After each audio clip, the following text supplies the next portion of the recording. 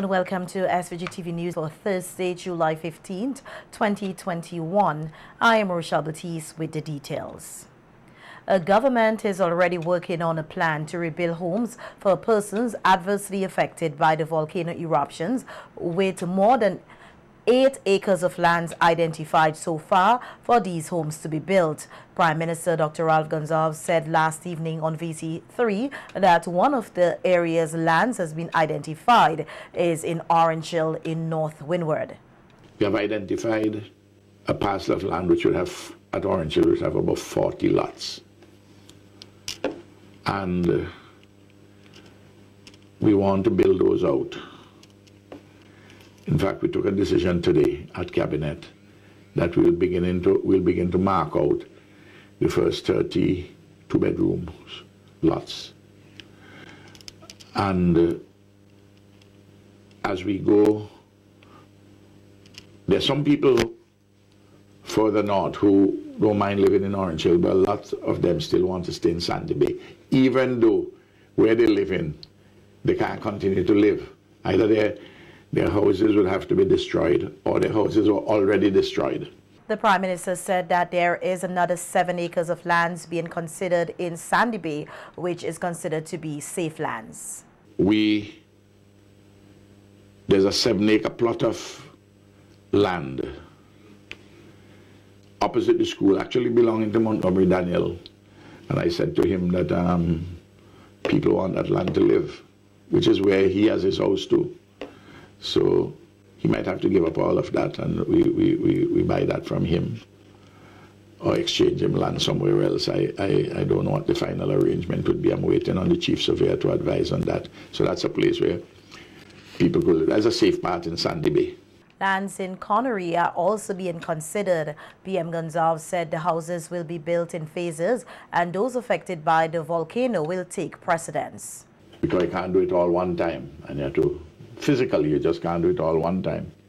And we have to do it well enough that we can get the persons out of the shelters, because there are 30 schools.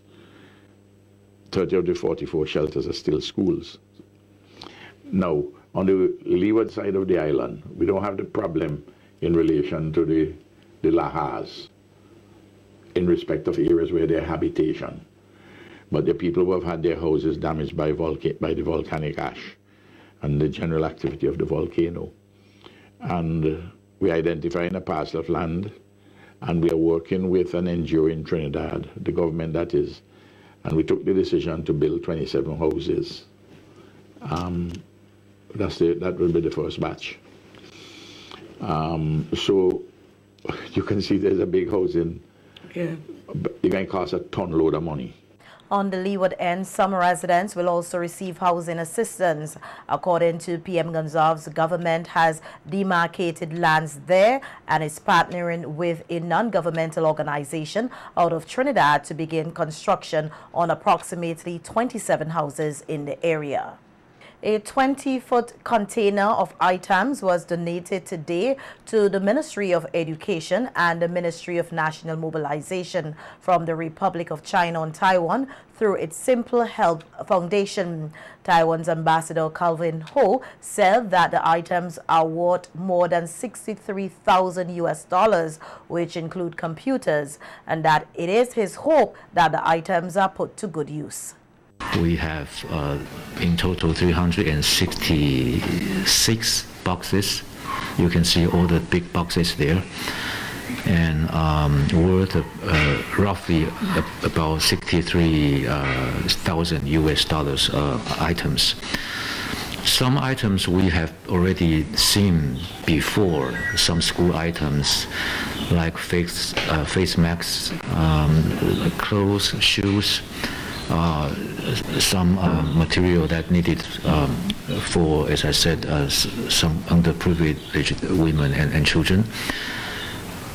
And very specially this time, we have a donation, a very special donor donates 10 computers and 1 power generator this time, especially for school children. Minister of Education Curtis King thanked the government of Taiwan for the items. Where the computers are concerned, and these computers, I can publicly say,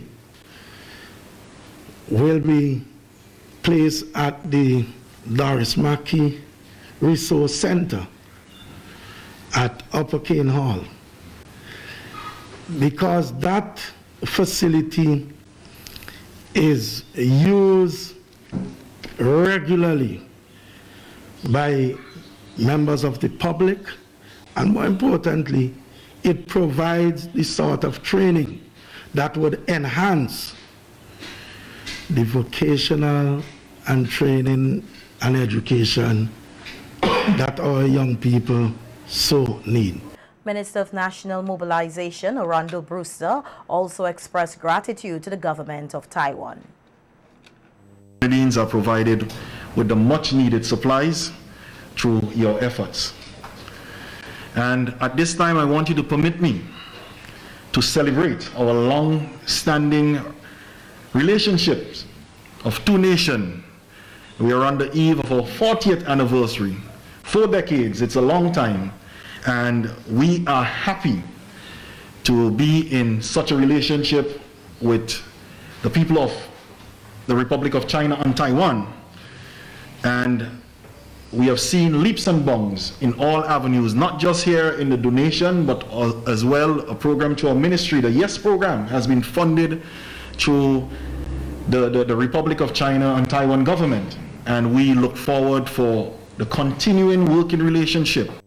In some COVID-19 related news now, we hear that 9 new positive cases were reported from 138 samples processed on Tuesday, July 13, 2021, resulting in a positivity rate of 6.5%. 20 new recoveries were noted over the reporting period. While no new positive cases were reported from 170 samples processed on Wednesday, July 14, 2021, 9 new recoveries were noted over the reporting period. 58 cases are currently active and 12 persons with COVID-19 have died. 2,258 cases of COVID-19 and 2,188 recoveries have been recorded in St. Vincent and the Grenadines since March 2020. The health authorities say persons who persist in incorrect or no mask use, remain unvaccinated, and participate in mass gatherings will continue to be at risk for being infected and spreading COVID-19, and that to reduce the spread of COVID-19 here in SVG, compliance with the protocols, including the effective use of masks, physical distancing, and the evidence-based recommendations to be vaccinated with the available vaccines is strongly recommended. And since the arrival of 50,000 doses of the Russian Sputnik COVID-19 vaccine on island, over 60 Vincentians have turned out to take the jab. Senior Nursing Officer for Community Nursing, Julia Douglas Russell, spoke with SVG-TV News today at one of the vaccination sites at the Public Health Car Park. We started giving the vaccine yesterday. Yesterday we were able to give from the Public Health Office. 20 persons received the vaccine from us, and at Kingston Health Center 10 persons. Right? Today we are here, and so far we have administered 48 Sputnik vaccines. I am hoping that more Vincentian will come out, and I can see that they start coming out. And on behalf of the Ministry of Health, we are looking forward to have our nation vaccinated. We have Sputnik and we have AstraZeneca, and we are hoping to get some Pfizer soon. Douglas Russell noted that while Vincentians had expressed an interest in taking the Russian Sputnik COVID-19 vaccine, it is still too early to determine whether the turnout for the vaccine is higher than the numbers that took the AstraZeneca. Meanwhile, infectious disease specialist and member of the SVG COVID-19 task force, Dr. Gerald Thompson, says Vincentians should not be afraid to take the COVID-19 vaccines that are available, as they are highly effective. Dr. Thompson said taking the vaccine offers much more value than trying to fake a vaccine certificate. There is no value in trying to forge or trying to adulterate some sort of vaccine card. The better thing is to take one of the vaccines that are available. Soon, Sputnik is going to be available. Still, there's going to be AstraZeneca. We hope in due course there would be the Abdullah and probably the Pfizer. And there will be a choice that which persons may well have in relation to being able to vaccinate. And you will be able to do some of your own research. You're going to detail as regards which one. They're all going to be effective in the 90 percentile, which means that they are highly effective. They may not be 100% effective, but not being 100% does not mean that it is zero. 92, 93, 94% effectiveness is highly effective. And I think persons should now go out and take 2 shots of a vaccine and become fully vaccinated rather than contemplating in any way trying to adulterate some sort of vaccine passport or vaccine form. 2 nationals were recently arrested and charged for providing falsified vaccine certificates. They appeared at the Serious Offences Court yesterday and pleaded not guilty. The matter was transferred to the Calico Magistrate Court to be heard on September 27th. In other news, the Royal St. Vincent and the Grenadines Police Force today issued a wanted person bulletin for Alonzo Zuch Mills of Barley. The police say they are carrying out investigations into several reports of possession of unlicensed firearm and burglary where Mills is said to be a person of interest. The police say Mills is to be approached with caution, and if seen, persons are asked to contact any police station or assistant commissioner of police in charge of crime or the officer in charge of CID, the CRO, and the MCU. Calls, they say, will be treated confidentially. Richard Arundel, a student of the Kingston Anglican School, copped the first place prize in the inaugural Gecko Spelling Bee competition held yesterday. In second place was Citron Williams of the Bible Methodist School. Third place, Azari Kenya Lewis of the St. Mary's Roman Catholic.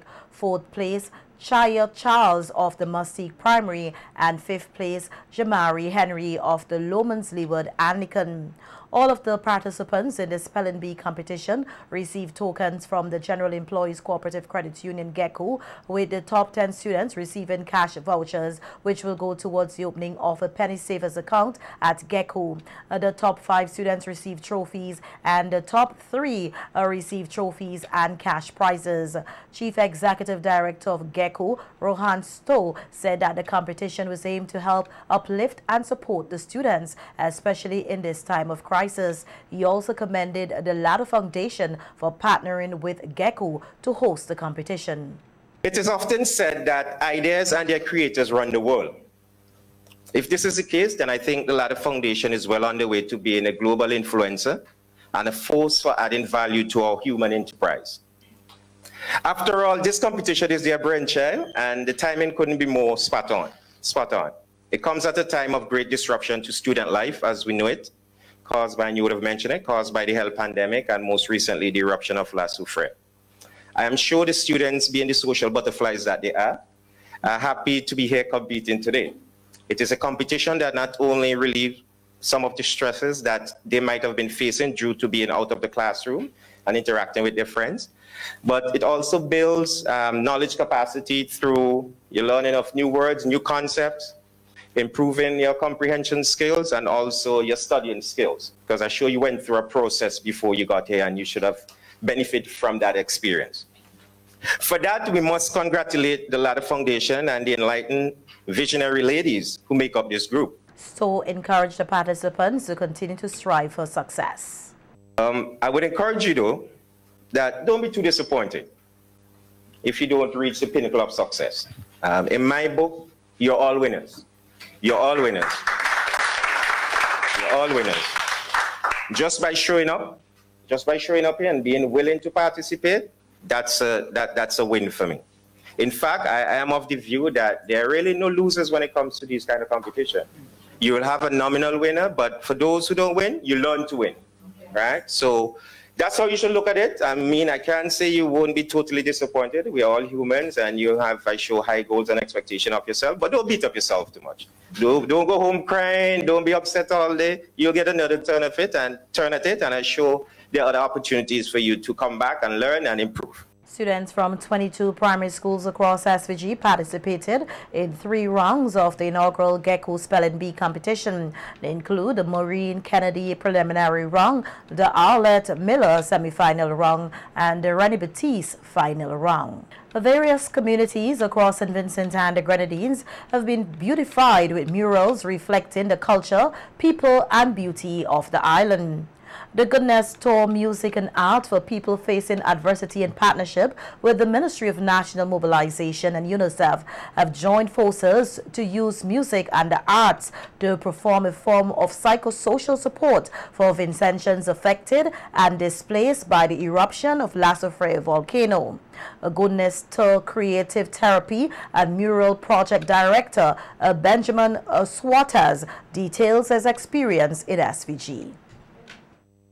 Have music, filmmaking, painting, and it's all about empowerment, especially for the children, to just rediscover their voice after a traumatic experience. So we use color in this case to be able to help children dream again, you know, because after a traumatic experience like a volcanic eruption or being displaced from your home, then it's nice to have an avenue that's a positive outlet to be able to release and to be able to do it in a healthy way. We went into the shelters and we've done 40 art classes with children in the shelters all around the island. And then from that, so many of the ideas for the murals that we've painted around the island ever since came from the youth. And then we also interacted in community engagement and asked all of the local people in each of the villages and cities, what do they want to see on their wall? What are the symbols important to each specific region of St. Vincent and the Grenadines? Swatters said collaborating with the Vincentian public and local artists allows for the creation of grounded pieces. He also commented on how the project impacted the children they were able to interact with at the various shelters. So working with the children was just such a gift. It was full of colors, of expression, of dreams, of painting and drawing and coloring in their new homes that they envision. So like through the imagery of kind of what they want to create.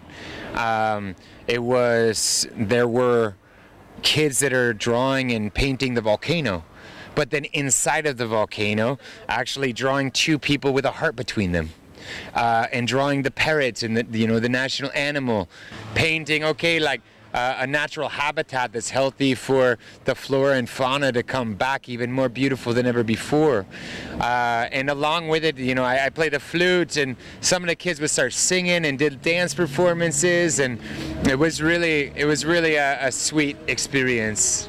Swatters said he hoped to see a continuation of the murals by the local artists once his group leaves, especially given the zealous response from the communities they've painted thus far. This sentiment was echoed by local artisan Julian Pillin Pollard of SVG Players International Mass Band. Pollard detailed how informative the experience has been for him, noting the unsung talent of many young Vincentian visual artists and the impact he believes the murals will have on local talent. After this series of murals, it's going to be a change artistically in St. Vincent, because I think nothing like this has really been done before at this level. And a lot of our young artists have put in so much. Shanique is amazing, I didn't know her before this. Leandra is also great, and Storm has put in so much work. So it's been awesome for me to meet these young artists who don't get the recognition that I think they should, and I'm hoping that with the coming on stream and the stability of the National Gallery, that we could expose our artists. And I think that we have a lot of stories to tell, and not just about diversity, but about happiness and other important things that are unique to St. Vincent. Shanika Stewart, a qualified fine artist, said the murals outside the Victoria Park inspired her love for the visual arts. She said while the art form is often not prioritized in SVG, she has kept going despite feeling demotivated at times. Stewart said working with the Goodness Tour has helped to restore her love for the creative arts. You have music, dance, drama, and then the visual arts, right? And I think that visual arts is the least accepted and the least nurtured in St. Vincent. So it's very difficult as a young artist, but then again, it's hope because St. Vincent is not the only place that you can, you know, be successful as an artist. You can be discouraged. It's like I lost that soul that I used to have, but being here and being amongst them is like it's like medicine for me. It gave me a sort of healing and make me remember, okay, Shani, you were here for a certain purpose and you need to revisit that because it's not by chance you're here. A young entrepreneur's stall at Lomans was burnt to the ground 1 week ago by unknown person or persons. He has since restarted his business and is grateful that he can continue to provide an honest living for himself and family. Larissa Pugsley-Kidd has his story in this report. 20-year-old Leon Andrews of New Montrose awoke last Tuesday to news that his fruit stall was on fire, and when he arrived at the location in Lomans, nothing could be saved. Could say about 6:30, tell me come see. I see my stall on fire as I reach. No, and it done out already. But I just see it flat on the ground, everything black. I don't know who do it. I can't see. Almost everything, pole in bucket, fruits, all the fruits, everything. The young man, who has 5 siblings, said he is a school dropout and started selling fruits at the age of 15. He said he erected his stall on an empty space 3 months ago in his home village, Lomans. I used to do home, I drop out of school, used to do home boring, so my mom used to tell me, look fruits today, I could go pick fruit, sell. So I used to take up bucket, pick, go tongue, sell. So I decided to invest in something bigger. So I start a little thing on the side. Though saddened by his loss due to the fire, the youngster said several days later he was able to build back a better stall with pallets and some fruits from friends. Well, it's a friend of mine just helped me with the board. And I start building it. And his cousin helped me with some fruits and tell me to sell. And wherever I make, just give back half price. Start back again. I just buy to sell back. Sometimes I go bush and pick stuff. Andrew said he is passionate about music and is a big fan of dancehall, but for now his focus is on being a better entrepreneur so that he can expand his business. This is my living. I try to keep this up. And other people that's helped me see me with the carpenter work and I can find doing nothing. While the police conduct their investigations into the fire which destroyed the young entrepreneur's fruit stall, he remains optimistic about the future. For SVG-TV News, Larissa Pugsley-Kidd. The Royal St. Vincent and the Grenadines Police Force has launched a legal research and policy unit to address and expedite the preparation and investigation of case files. Commissioner of Police Colin John said the organization's decision to create the unit is geared towards improving the service offered to the people of St. Vincent and the Grenadines in the swift execution of justice. He said the unit, which is based at the Central Police Station, will be the main liaison between the RSVG Police Force and the Office of the Director of Public Prosecution. The unit is under the command of the Assistant Commissioner of Police in charge of crimes, Richard Brown, and managed by Assistant Superintendent of Police John Baller, a trained lawyer, barrister, and solicitor. The unit has several goals, which include develop and enhance case file preparation and investigation, reduce the timeline of case files readiness for trials, ensure case files are properly prepared before going to the Director of Public Prosecution's office, partner with the Office of the DPP to reduce the backlog of legal analysis recommendations and opinions on complex matters due for trial, and partner with the training officer and other law enforcement enforcement partners to provide training and workshops for law enforcement officers. It also seeks to create and vet policies for the development of the RSVG police force as mandated by the Commission of Police, ensure that the policies and practices of the RSVG police force are lawfully and are fairly applied, assist law enforcement entities on legal matters by interpreting the enforcement of local, regional, and international treaties and laws,